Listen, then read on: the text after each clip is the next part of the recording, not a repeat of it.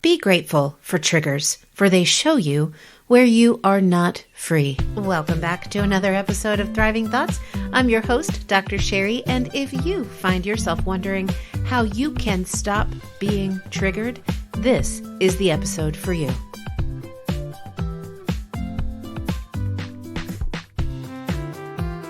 A couple of days ago, I had an experience in which I apparently was the trigger for someone else. I was leaving the grocery store and I had my mask on as I was walking across the parking lot. This woman coming towards me was going into the store and she looked at me and instantly her face told me she was agitated. And she said, "I'm not wearing any insert expletive mask into the store." It was almost like she spit those words. And I responded, "Okie dokie."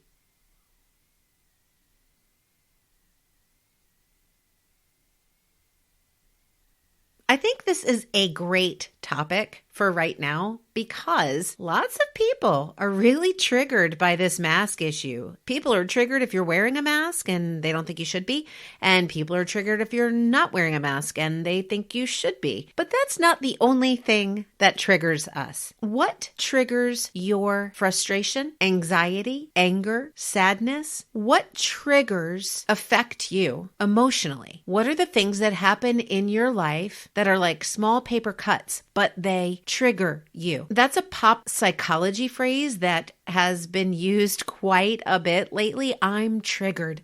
I'm feeling triggered, as though the trigger is the offender. Well, I love that quote, credit unknown, by the way, that I read at the beginning, and that is to be grateful for triggers, for they show us where we are not free. I'll add on to that and say that triggers are like mirrors. They reveal what's already there. But the way that we talk about triggers is as though the trigger is the reason for the feeling. The trigger is never the reason for the feeling that rises up in you when you see or experience the trigger. That feeling or response or sensation, whatever it is that you identify inside of you that comes instinctively, that's what makes a trigger because your response is instinctive. Whatever that response is already in you. And it's in you for another reason. The trigger is just bringing it to the surface. But the way that we talk about triggers is that we're supposed to manage them. Sometimes we even say things so ridiculous like, if that didn't exist, if that person hadn't done that, if I didn't see this, then I wouldn't have had that response. Well, that's not true. What we know is that you respond in the way that you have habituated your thought world to respond. So going back to my example, I have habituated my thought world to not accept the gift of agitation that somebody else shares with me. Yeah, that woman, in expressing her agitation, whatever was going on with her, I'm not privy to. But you see, we like to assume we're privy to what's going on with people. I don't know what was going on with her. But I do know that she's an angry person.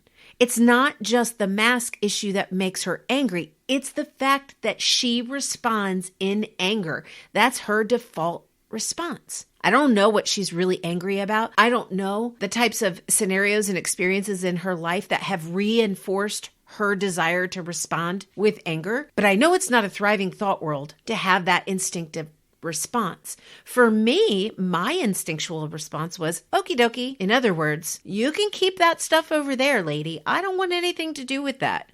I'm having a great day over here because I'm choosing to have a great day, and I'm not going to pick up what you're putting down. The only reason that I was able to say okie dokie and move on about my day is because I practiced that. That's a habit, a thriving thought world habit of giving other people's stuff back to them, not opening up my hands and saying, yes, can you pour your misery right into the palm of my hands? Can you pour your anger and agitation and frustration into mine and let me consume that with you? No. What other people say and do has nothing to do with you and everything to do with them.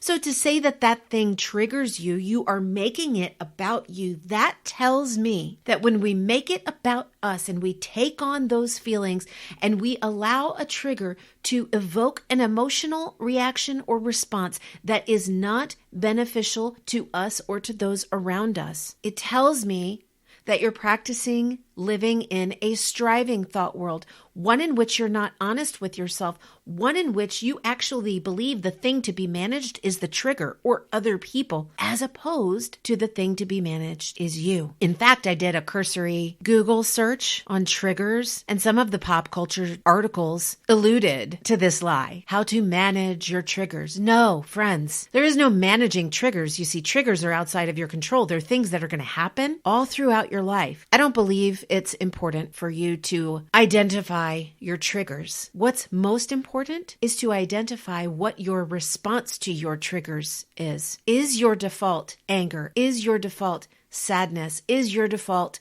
guilt? What default reaction do you have when you are triggered? And remember, if somebody pulls a trigger, you don't have to stand there and surrender to being shot. You can move. You can make a different decision. You can practice to deflect that bullet followed by the trigger. I'm thinking of like the Matrix. This is your thriving thought world. It's the bullets are coming at you and you're bending over impossibly backwards and you're saying, nope, not today. That's your stuff. Not mine. We don't think of it as carrying somebody else's stuff when we are choosing to be impacted by a trigger. Are you triggered by the guy who cut you off on the road earlier today? You know what? His behavior has nothing to do with you. Why are you taking it? Why are you choosing to keep that with you and allowing that to trigger you into anger, to trigger you into having a really messed up day? Because this guy, he did it. You see, it's people like that. If they weren't there, I would have a much better day. We've all said that kind of thing to ourselves from time to time. But listen, the origin of your response, your default reaction is not the trigger. And yes, as you have correctly surmised, if that trigger is taken away, it does not take away your default reaction. You see, your job is not to focus on the trigger. Your job is to find out what your default response is. When you find out what your default response is, then you can ask this question, is that a beneficial response to me? If it's anger or agitation or frustration for the sake of being agitated, and then the rest of your day is shot because this thing happened to you, that's not beneficial to you. Maybe you're triggered when somebody says something to you or suggests something to you, and your trigger is defense. The first thought that comes to your mind might be, I'm not stupid. Wait a second. That trigger is not the offender. The offender is the belief that you have about yourself. The offender is not the trigger. The offender is your belief about yourself and others. If you believe that others are supposed to be kind all the time, that's a lie. It's never going to happen. And you can't control that. So instead, it's about believing for yourself, when others are unkind to me, this is how I am going to choose to respond. I am not going to take ownership of their stuff. Everything they say or do tells me who they are, not who I am. If you're triggered into thinking something bad about yourself, I'm not good enough, I'm stupid, I'll never measure up, that's a narrative that you have been practicing, that you have habituated your thought world to. And that response deserves your attention. You must change the narrative. The way that you do that is you begin to speak something differently, like, that's their stuff, not mine. Don't make what other people say and do about you. So if you want to stop being triggered, stop focusing on the trigger itself. Stop focusing on the fact that this trigger exists and you wish it didn't. Instead, focus on what you can control. That's the foundation of the thriving thought world. Focus on what you can control. Do not manage the trigger, manage you. Change the narrative. Keep note of those thoughts, of the dialogue that comes up for you when you are triggered. What are you saying to yourself? Is it beneficial to you? Is it true? Is it helping you to live a life that thrives, one that helps you grow and flourish and prosper? Or is it keeping you stuck and stagnant? If it's keeping you stuck, stagnant, defeated, it's time to change the narrative. So the simplest way to stop being triggered is to focus on you. Friends, I am your thought coach. I am your thought coach here on the podcast. I'm your thought coach when I do my vlogging on Facebook and Instagram. I'm your thought coach when I write. I'm your thought coach when it comes to keynote speaking. And you have the opportunity to work directly with me if you'd like. I have a beginner adventure Thriving Thought World coaching bundle that I'd love to chat with you about. All you need to do is message me. All the ways to do that are in the show notes. I'd love to have a complimentary 15-minute phone call with you to talk about how thought coaching can take you from striving to thriving. And I'd love to be a part of that journey with you. Also, if you're not ready for individual work, but you want some weekly encouragement and challenge sent straight to your text messaging inbox, I have a Thriving Thoughts texting community that I'd love for you to be a part of. You can try that community for free for 14 days.